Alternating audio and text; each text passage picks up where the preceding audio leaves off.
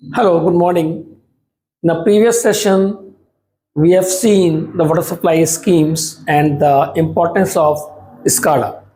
Here, we will understand how water flows in a water supply scheme. Here, first you see in this place, this is the source. The source, if you talk about the city level water supply, this can be rivers, it can be lake, it can be rainy well, it can be tube wells, okay, it can be dams, okay. But you talk about your industry, your smart city, your premises, then it may be your MIDC, it may be your any city level corporation or the board from where you are getting the water. Okay. So if we talk about the city level or the big plant and all, they were raw water from the river and these all also. So for that drying the water, they will have a pump house. That pump house is called as a raw water pump house, RWPH, because from here it is drying the raw water. It may not be good for drinking. But we talk about these two, rainy well and the tube wells.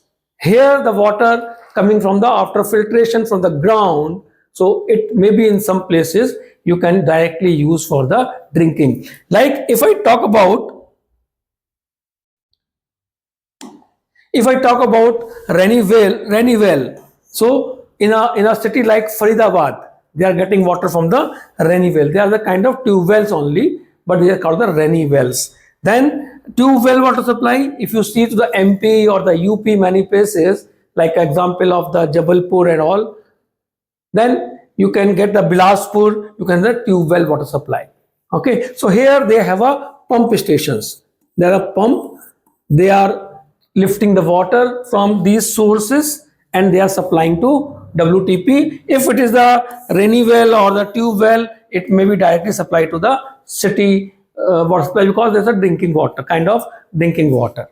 Okay, these pumps may be centrifugal pumps and it may be a VT pumps. It may be centrifugal pumps or it may be VT pumps depending on the capacity and the head of the water supply, head of the lifting of the water. Then after here, we have several things like this. After pump house, it is like this. You may have a pressure transmitter, PT, and you may have a PG. Then you may have a one flow meter, and you may have a motorized or manual valves. Because if you are using SCADA, then you will have these kind of automatic things and the instrumentation, or you may have a manual valve. Now raw water from here will go to the water treatment plant. It's called the WTP. It is like this. This is the premises of WTP where filtration happened.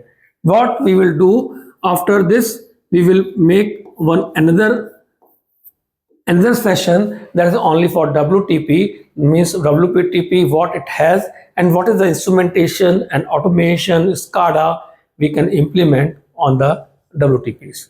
Here, when the water comes, when water enters, you may have a one flow meter over here and you may have a water quality analyzers like pH analyzer, then turbidity analyzer, then chlorine analyzer, sometimes iron analyzer, depending on the different places and different water supply issues and the challenges. We may have a water flow metering, pressure metering, and water quality analysis analyzers at the inlet. And we have a certain dosings also over here depending on the water quality. And here you are seeing the fountain, that is the aeration. You've seen there also. Then water goes to the clarifier. We will discuss these things when we come to the separate topic of WTP. After the water, we'll go to the filter beds. These are, I am showing you the different filter beds. Then after filtration, outlet of the filter bed, water go to the one sump. And most of the places in the conventional WTP, we have one ESR also. This ESR is connected from this pump house, and it will be the water outlet will be used for the filter bed process. When we were regeneration process, that time the same water, what is it? Clear water used for the filtration of the filters. It's called the regeneration processes.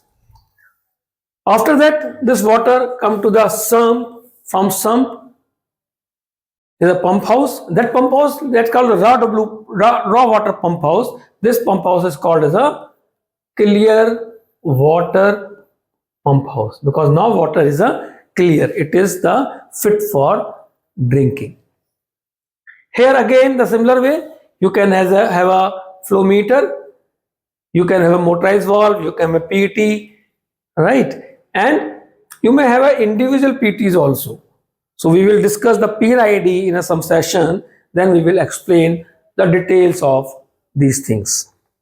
Then after filtration and the pump house, we will again do the final checking of water quality. At this point, right? At this point, we will again check our pH, chlorine, and turbidity. What is the turbidity of the clear water? What is the chlorine of the clear water? What is the pH of the clear water? It's a 7, less than 1 ppm, less than 1 NTU. And you can also follow a norms of a different places. They may have a different norms for these quality parameters. Then water will go to the MBR. This I am showing the MBR, Master Balancing Reservoir. A city is big when we have a MBRs, because MBR work like a capacitor. It stores the water. Sometimes there is all of a sudden more demand, it will supply the more demand, there's less demand, less demand. So it is work as a capacitor in the water network. And again, whenever is any outlet or the inlet, you can use a flow meter in the pressure transmitter to correlate what water we are getting, what water we are supplying for the water balancing and water audit purpose.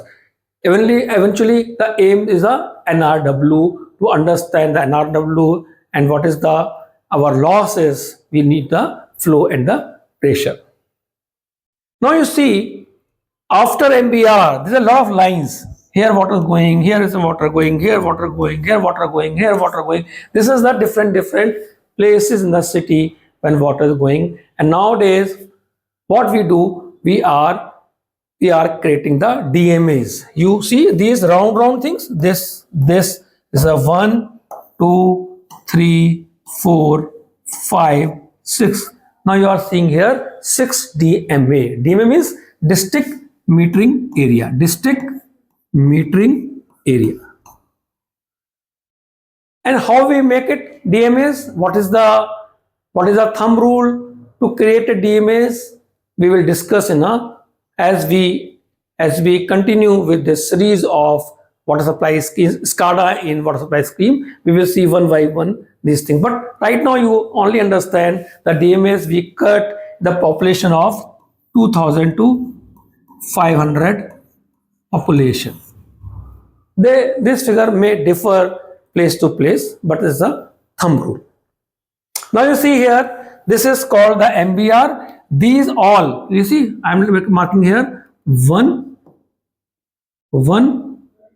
2, 3, 4, 5, and 6. These are the ESRs from where water is going to these DMAs. So whenever we have a ESR and the DMAs for water accountability, we always have a one flow meter at the outlet line before DMA. Outlet line before DMA, outlet line before DMA, outlet line before DMA, outlet line before DMA, and here also outlet line before DMA. This meter is called bulk flow meter.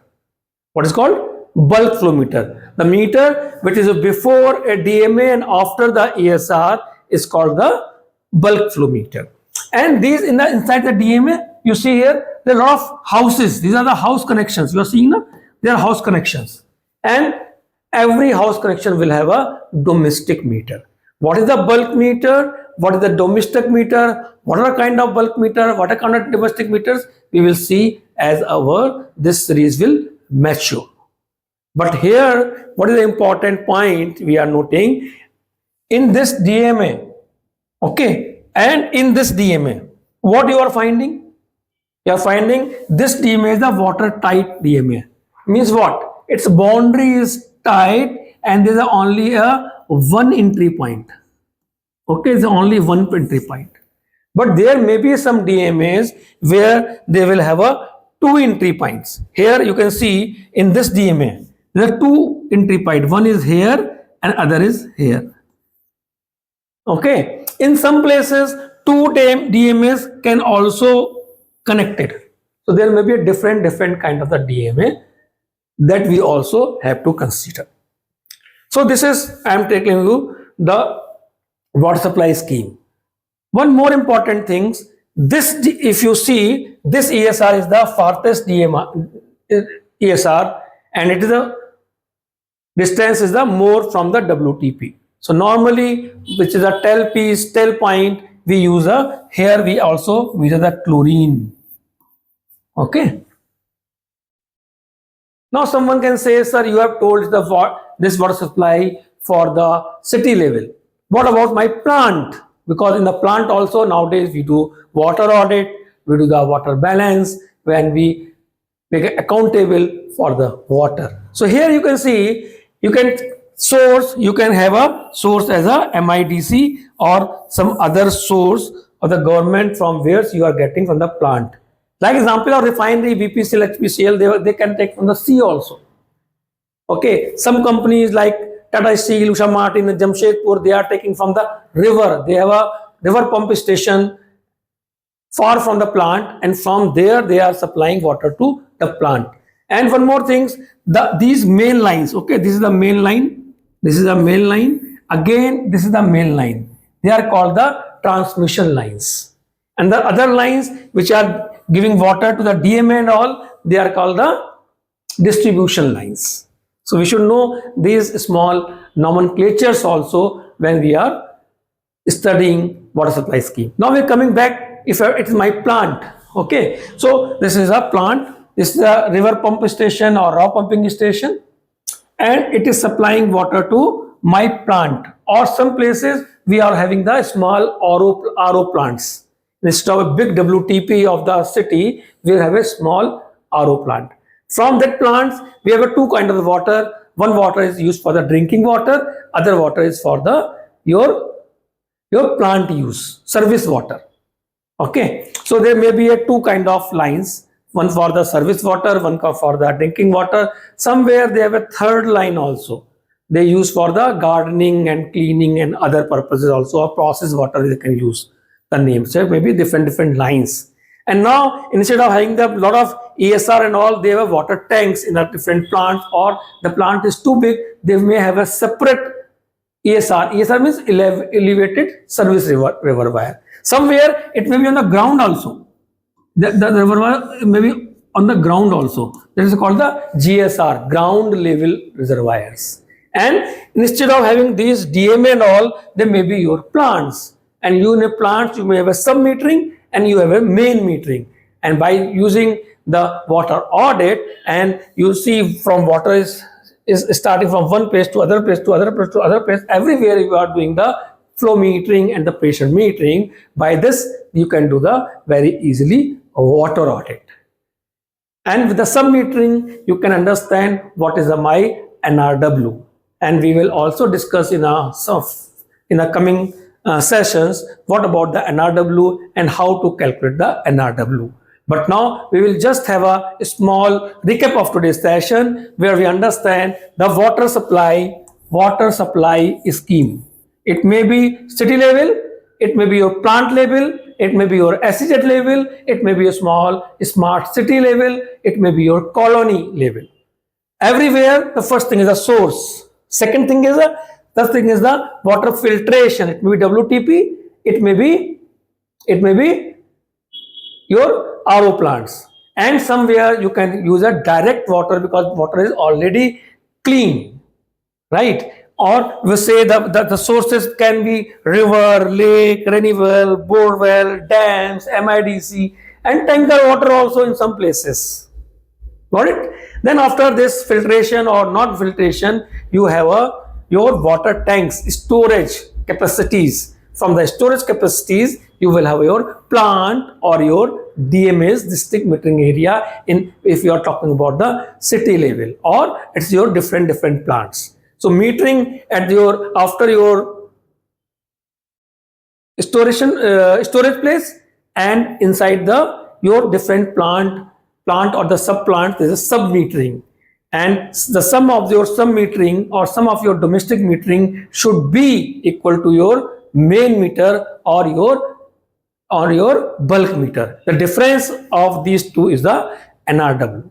So this is today we understand about the DMA, bulk meters, domestic meters, then MBR, water quality analyzers, a small part of the WTP means raw water pumping station, then the filter beds, then the clarifier, fountain, different dosing, raw water pumping station, and the clear water pumping station. In the next session, we will see one by one the different component. Like first we will see the raw water pumping station, then we will see instrumentation in raw water pumping station. After the WTP, what are different processes in the WTP, what instrumentation and automation used in the WTP. Then we go to MBR and we will go to the distribution. And then we will see in another session, we will see the architecture, because when we implement SCADA, instrumentation, automation on any process plant or the water supply scheme, we will make the first architecture of that, how the data flow, how the communication flow, how devices are connected to each other. So today it's sufficient to know this, and we will meet you in the next session. Thank you very much.